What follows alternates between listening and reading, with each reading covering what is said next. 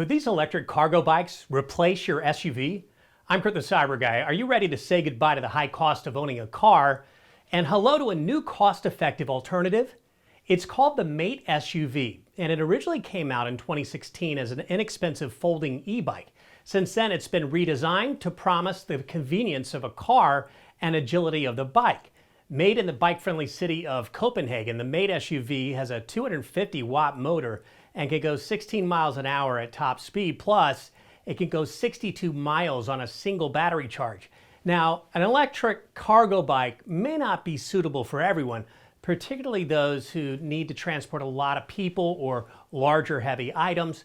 However, it is a sharp way to get around an urban area and promote physical activity. Plus, e-bikes can save you thousands of dollars per year compared to a car. That's why a lot of people are ditching their car and getting things like this. I'll tell you one thing I wouldn't want though. I don't want to get caught in the rain on this.